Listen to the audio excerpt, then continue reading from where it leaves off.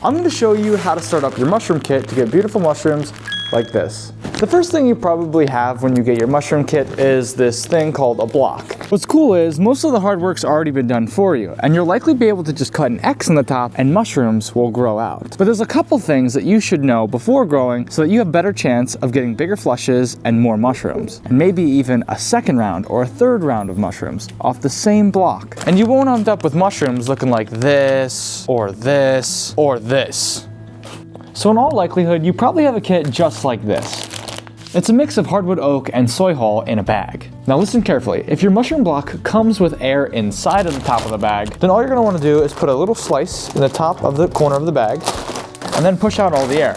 Fold the excess bag over the side of the block, and then put the weight of the block on the excess bag. Next, I'm just gonna cut an X across the side of the bag. Hard to do with one hand, but very simple.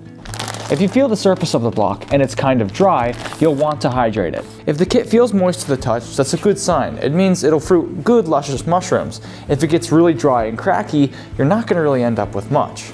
Simply putting the block face down where the X is into a little pool of water will rehydrate the block over time. Give it a couple hours, but use your best judgment. Overhydrating the block can be a bad thing. I don't want to scare you though. Mushrooms are super resilient, and you likely have either oyster mushrooms or lion's mane. And those are two beasts that are pretty hard to mess up. The next thing you need to worry about is temperature. If it's too cold outside like it is right now for me, you're going to want to keep it indoors. If it's nice out and it's roughly room temperature outside, you could put it in a spot outside. Just be careful of the bugs. They like fungi like we do. You'll start to notice within a couple days small little mushrooms appearing. They might not even look like mushrooms quite yet, but they are different, and you can see something is changing. Sometimes we put our mushrooms in places and environments where there's not a lot of oxygen, or at least it uses up all the oxygen within that area, and the mushrooms don't look as pretty. A cool thing about mushrooms is wherever there is oxygen, they will try and grow. As you can see, these guys are growing at the bottom of the base, and one reason for that is this has gotten more dry because there's more area exposed. But down here, there's been moisture laying in this crack. It's kept the mushrooms healthy, and not only that, but it is exposed to the outside air. As you can see with this example, a lot of these flaps from the X are closed. It's because these flaps can hang freely and the mushrooms are able to push out in between them. You can see all those little dots starting, and those are all baby mushrooms. And as you can see, these over to the left have gotten even bigger and will continue to do so day by day. This is what day 5 looks like, day 7, day 9. Now how quick your mushrooms grow all depends on temperature and what stage of growth they're in. Once you see pinning these little tiny little specks of mushrooms popping up, they should grow within a couple days, which is really cool, and it's one reason why I love mushrooms. The next thing you should know is temperature. The cooler the temperature, the nicer the caps, and the higher quality the mushrooms. But too cold, they will not grow. Too warm, they might get a little icky. That's why I suggest room temperature. Inside your home is the absolute best place to grow them. Now, I know what you're thinking. Mushrooms drop spores, and they're going to be everywhere in my house. And yes, there will be some spores in your house, but likely if you're growing on a small scale, 1 to 2 kits, it's really not a big deal. Put it in a spot in your kitchen and watch them grow. Now, there's many kinds of mushrooms. These are maitake mushrooms. I have blue oysters, I do have some king trumpets,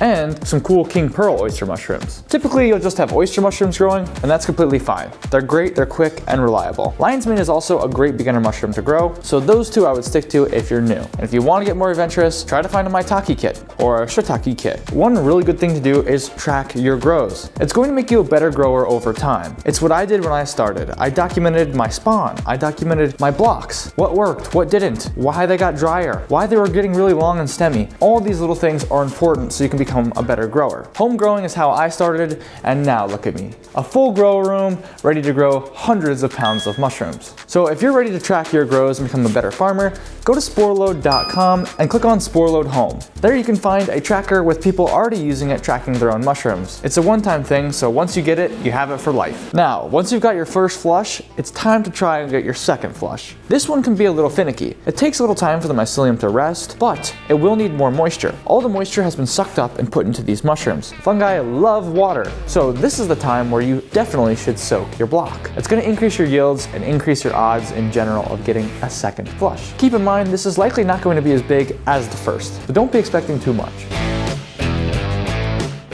Now, I didn't end up using any water misting this mushroom, keeping it hydrated, and that's why there's some cracking on the caps. But it's completely fine. I'm gonna go ahead and harvest it, and you can tell it's ready to harvest when the caps are about to fold upwards. Looks like I probably could wait another day, but this is perfect. They're gonna last longer in the fridge if I harvest them now. To harvest the oyster mushroom, you can simply just grab the very base where all the stems are, and then kind of twist and pull.